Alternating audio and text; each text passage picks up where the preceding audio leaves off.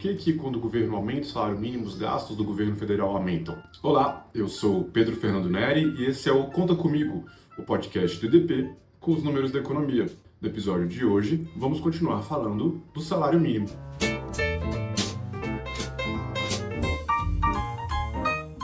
Nas últimas semanas, o economista Armínio Fraga, ex-presidente do Banco Central, provocou alguma controvérsia ao defender enfaticamente que o salário mínimo deveria ser congelado, quer dizer, não sofrer mais reajustes anuais acima da inflação. Num episódio anterior, a gente falou sobre os impactos do salário mínimo no mercado de trabalho, a gente falou sobre produtividade, mas a preocupação do Armínio Fraga aqui é com o gasto público.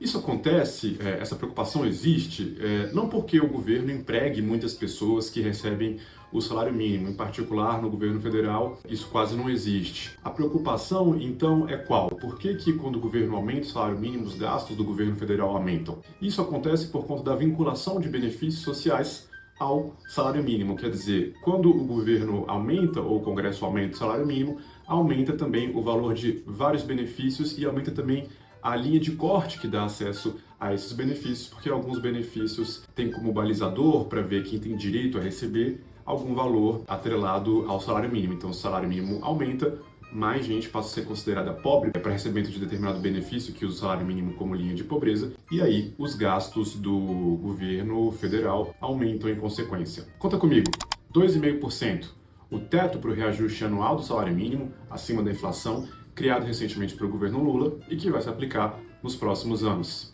99%, a estimativa para a relação entre dívida pública e PIB no Brasil até o fim da década. Essa última conta é uma conta do FMI, o Fundo Monetário Internacional. E a gente chegaria nesses 99% com uma trajetória de alta nessa década em que estamos. A dívida pública, nos cálculos do fundo, vai ter subido cerca de 12 pontos percentuais em relação ao PIB em 10 anos. O governo federal também projeta uma alta da dívida, mas ele é mais otimista. A projeção do governo é que a dívida pública vai ter um pico nos próximos anos ao redor de 82% do PIB e passa a cair a partir daí.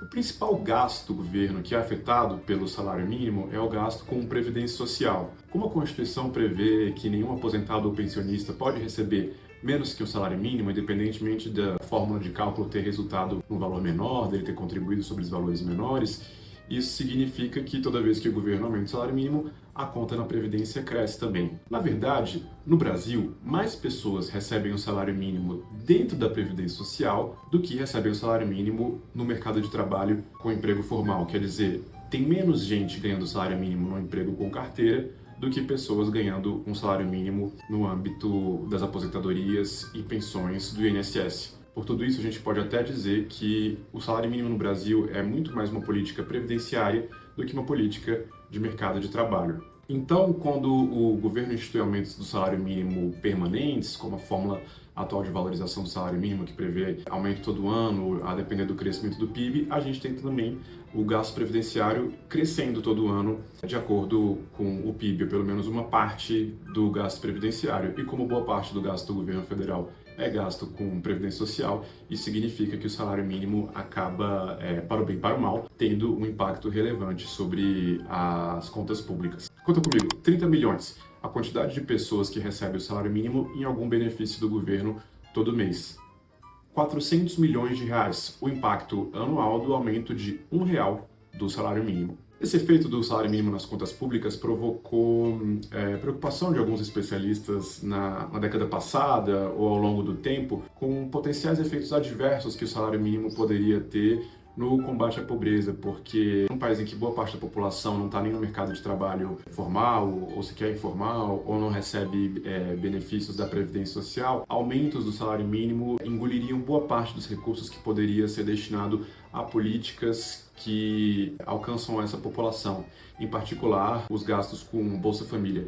Então a gente viu muitas discussões nesse sentido há cerca de uns 10 anos atrás, quando o governo manteve a política de valorização do salário mínimo e não dava reajustes para o Bolsa Família. Então pessoas muito pobres que estavam para trás do salário mínimo não recebiam nada e o aumento do salário mínimo num contexto fiscal delicado ia engolindo ali parte do orçamento público. Vou trazer algumas dessas falas para a gente dar uma olhada nesse argumento. O professor Ricardo Paes de Barros, por exemplo, exemplo, do INSPER, que foi secretário de Assuntos Estratégicos da Presidência da República no governo Dilma Rousseff, falava o seguinte: é muito importante aumentar a renda das famílias mais pobres sem mexer no salário mínimo. Ao aumentar o salário mínimo, se faz uma confusão tão grande nas contas que não se sabe quem perde e quem ganha. Isso afeta diretamente a Previdência Social. Quando aumenta o salário mínimo, o governo faz o patrão do trabalhador com baixa remuneração pagar a conta. Por que estamos usando o salário mínimo loucamente? Essa é uma política de resultado instantâneo, mas os efeitos colaterais são ignorados. Para mim, o salário mínimo deveria ser congelado.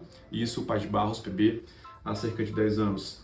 No sentido parecido, Marcelo Neri, com I, que foi presidente do IPEA, também no governo Dilma, diretor da FGV Social, fez o seguinte diagnóstico. O aumento do salário mínimo em 2015, acima da inflação, não foi só um desastre em termos de contas públicas, mas também em termos de desemprego. Em vez de poder dizer que a pessoa empregada passou a ter um salário maior, o governo acabou jogando um monte de gente no desemprego. Em apenas 6 meses, a taxa de desemprego cresceu para o mesmo patamar de 6 anos antes. O aumento do salário mínimo associado ao congelamento nominal do Bolsa Família fez a desigualdade explodir. O Marcelo estava preocupado que o salário mínimo não atingiria as pessoas mais pobres naquele momento. No mesmo sentido, falou o Pedro Ferreira de Souza, do IPEA, pesquisador que escreveu A Desigualdade Vista do Topo. Ele falou o seguinte: o salário mínimo teve um papel virtuoso por um bom tempo de fato. O problema é que conforme o salário mínimo cresce, o próprio efeito marginal dele sobre a desigualdade tende a diminuir. Porque o cara está sendo jogado cada vez mais para cima na distribuição de renda e ainda tem gente que fica para trás, evidentemente. Mesmo em um país que estava crescendo relativamente bem e gerando muito emprego formal, nem todo mundo conseguia emprego com carteira. Eu acho que hoje pensar no salário mínimo como um instrumento de redistribuição é muito mais difícil, sou muito mais cético, porque na verdade você já levou muito padrão de vida. Se você continuar insistindo aí, se você está preocupado com os mais pobres, você está de fato negligenciando eles. Apostar no salário mínimo como uma política de redistribuição nessa altura do campeonato é bem pouco eficiente. Isso há 10 anos e muita coisa mudou de lá para cá. Eu acho que o custo de oportunidade de aumento do salário mínimo diminuiu, porque, bom, primeiro a gente teve um congelamento de fato do salário mínimo ainda durante a política de valorização do governo Dilma, porque o PIB não crescia, depois deixou-se de dar reajustes ao salário mínimo acima da inflação no governo Bolsonaro, então uma parte desse excesso em relação ao Bolsa Família foi contida aí. E eu acho que o segundo movimento, talvez mais importante, foi a grande expansão que a gente teve do Bolsa Família nos últimos anos. O Bolsa consumia cerca de 35 bilhões de reais por ano do orçamento, passou para 160, 170 bilhões. Então a gente tem um programa hoje muito maior, ou seja, quando o salário mínimo aumenta, a gente não tem mais tanto salário mínimo competindo com os aumentos do Bolsa Família, porque esses aumentos já foram dados. Conta comigo, 63%. A parcela de benefícios do regime geral de previdência social, que tem o valor de um salário mínimo. 45%.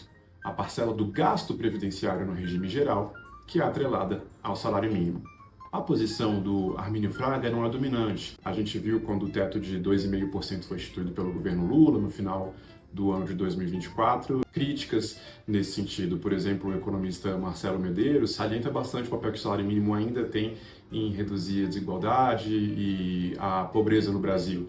Ele acha que as contas do impacto do salário mínimo no gasto do governo estão sobreestimadas, porque não consideram que uma parte do gasto volta para o governo em arrecadação, já que como os salários dos trabalhadores aumentam, as contribuições previdenciárias, a taxação sobre os salários também aumentam, e ele questiona também não se levar em conta o efeito que isso tem sobre o consumo, ou seja, como com o aumento do salário mínimo os trabalhadores vão gastar boa parte da sua renda consumindo, parte do aumento do salário mínimo volta para o governo em arrecadação. E não é só na Previdência Social, nas aposentadorias, pensões e auxílios da Previdência Social que o governo gasta com salário mínimo. Estão atrelados ao salário mínimo também benefícios da assistência social, como o BPC, o benefício de prestação continuada pago a idosos e pessoas com deficiência pobres, e benefícios trabalhistas, como o seguro-desemprego e o abono salarial, custeados pelo FAT, o Fundo de Amparo ao Trabalhador. Dessa forma, então, a principal preocupação que existe hoje em relação ao aumento do salário mínimo não tem tanto a ver com efeitos potencialmente adversos sobre a desigualdade, sobre a pobreza, mas mais com a trajetória